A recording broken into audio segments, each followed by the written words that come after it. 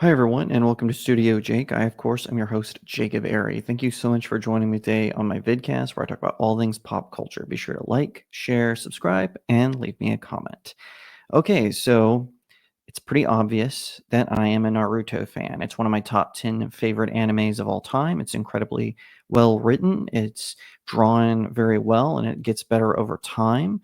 And have this funny story about how Naruto got me out of a DMV fee, which I'll share at some point. But I just thought that today I would share some news about Naruto for my fellow Naruto anime or manga fans. As my understanding, the anime pretty much stays true to the manga with the exception of a few filler episodes during the arcs where they had to supplement some of the information.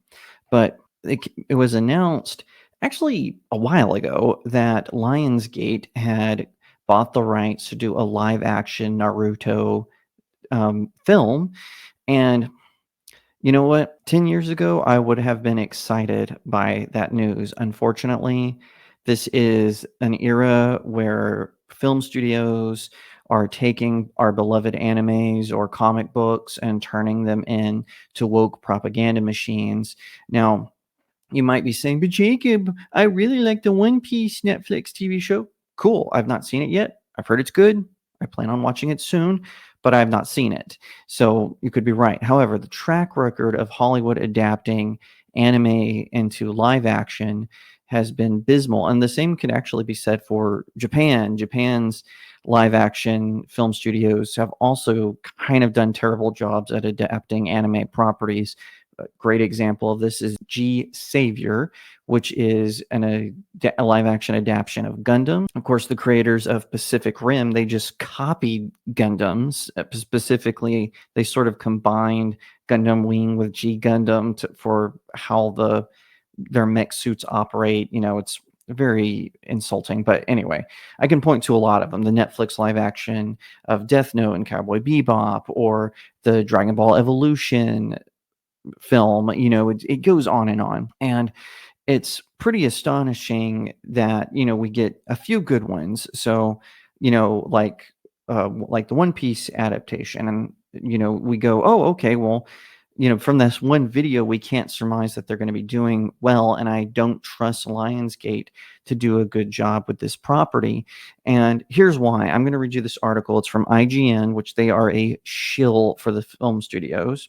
It's been some time since we've received an update on the live action Naruto movie, but that has all changed, and it has been revealed that Tasha Ho, the showrunner of Netflix's upcoming Tomb Raider animated series, will be writing the film. As reported by Variety, Hyo will be on board for the project from Lionsgate that will bring the beloved anime to the big screen in a new way. I'm going to skip a little bit to a quote she says, adapting iconic characters or IP makes the writing of it easier because the passion for writing is already there. I'm so inspired by these characters already that it's exciting to just take part of their journey and try to tell that fun story in a way that would appeal to me as a fan. I guarantee she has no idea what Naruto is. All right. So then it goes on. Reports of a live action Naruto film began to surface back in 2015, and it was said that Michael Gracie was on board to direct and that Avi Arad would be producing the film alongside George Chivetz, Eric Feig, and Kelly O'Malley. Arad was recently in the news in a big way as it was revealed he was partnering with Nintendo and Shigeru Miyamoto to develop a live action Legend of Zelda movie. The last time we got a major update on the Naruto film was in 2018 when Gracie said they were still working on the script. Okay, and so I'm going to read this quote and I'm going to go why I'm not exactly excited for this. So many Hollywood adaptations of really popular manga series just don't get it right. And for me, what was really important was that if I was going to do Naruto, I wanted to actually work with Naruto creator Masashi Kishimoto and get a script to a stage where he would look at it and be excited about realizing it, because no one knows the world better than the person who created it. Okay, that's really great lip service, right? But there is just one problem. And that problem is that the announcement of the writer gives me a whole lot of pause. And I'm not trying to be any way, and I don't want to be a wet blanket because, like I said, Naruto is one of my all-time favorite anime. As you can see, it's one of the few up here. I don't. My favorite anime is Trigun. I don't even have a placard for Trigun yet. I'm in a new studio. I'm still trying to figure things out. But where do we go from here? And here's why I get paused. Tasha Hill, you know, this is what she has worked on in the past. Women in the Dirt, landscape architects shaping our world. Okay, why does it matter if an architect is a man or a woman? Why? Why do we need what? Why? And then here is the major one where I see a problem. The Witcher Blood Origin. She was a writer on that show. She wrote 4 of the episodes. That show is one of the most reviled television shows of all time. It takes a beloved property. Now, I'm a normie when it comes to The Witcher. I've never read the books. I've never played the video games. Certainly never watched the Netflix show. But The Witcher Blood Origin, my understanding is it takes a break from all of the established lore that the original creator of The Witcher made and does its own thing. And in this really embarrassing way, so much so that usually creators who shill for these kinds of things, they just turn their back on it completely. They could not even defend it without ruining their reputations. And as a result, we've got this huge bait and switch where the main character, the protagonist of The Witcher, it's a prequel, so he's not even included in it.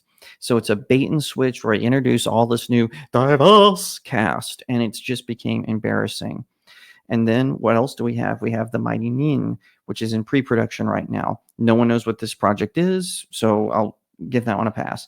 Red Sonja. The Red Sonja adaptation has been through so much turmoil. It's almost been embarrassing.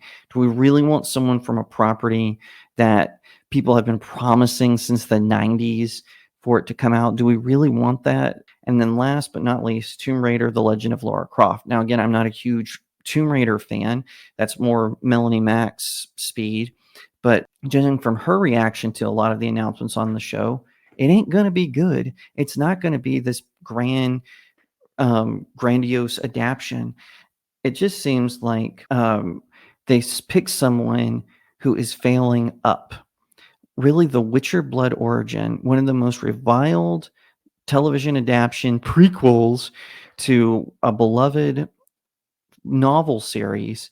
That's who they're going with to write this script. Why? Maybe I'm wrong. Maybe Tasha loves Naruto and she'll do it good. I really hope that's the case.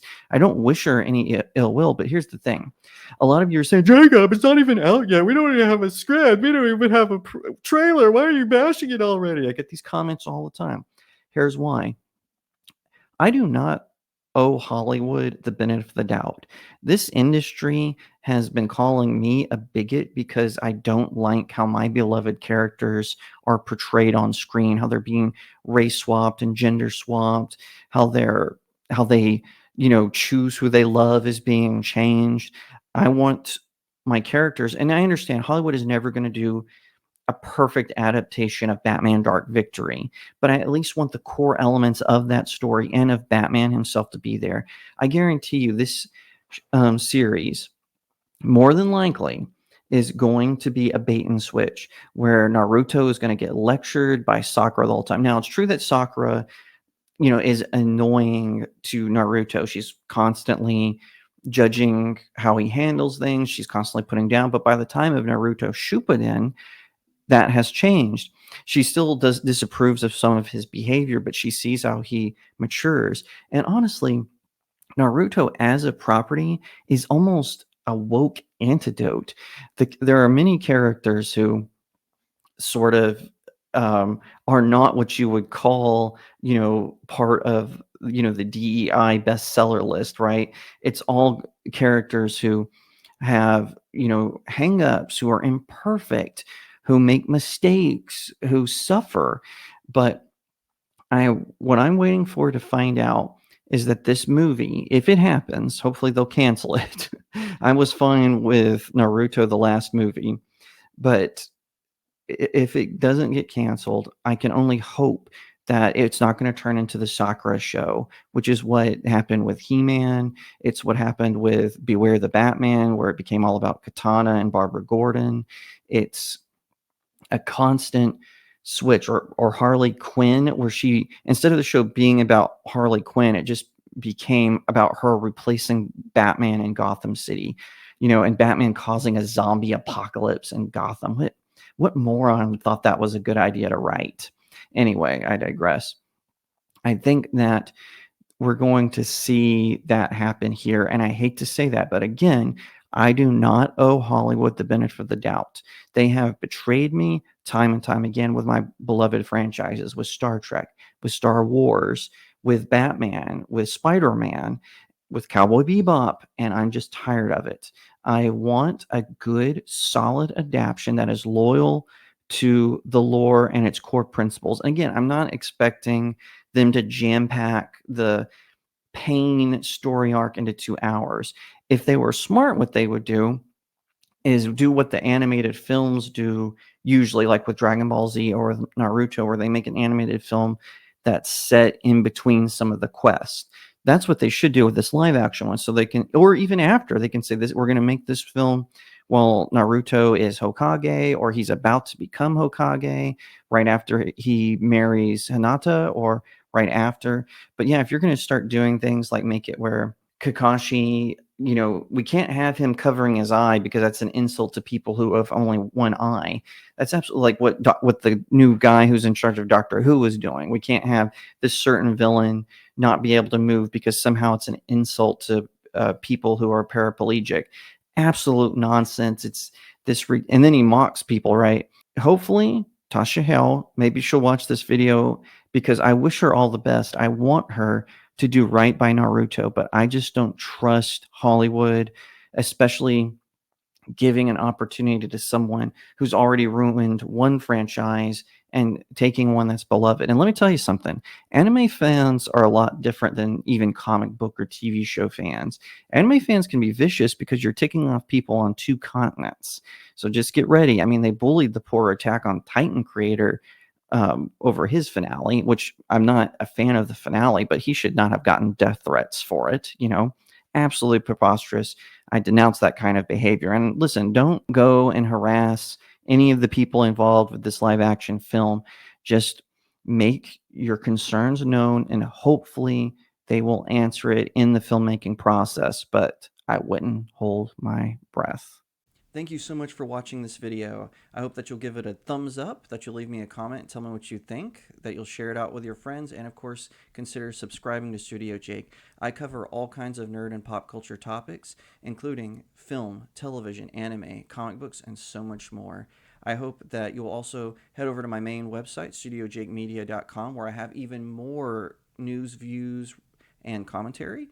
Also, if you'd like to support the channel, head over to my locals page. That's studiojakemedia.locals.com. It's the best way to support me. I'm trying to build a little community there. I have exclusive reviews and articles, so definitely head over there and check it out. And I'll see you next time right here on Studio Jake.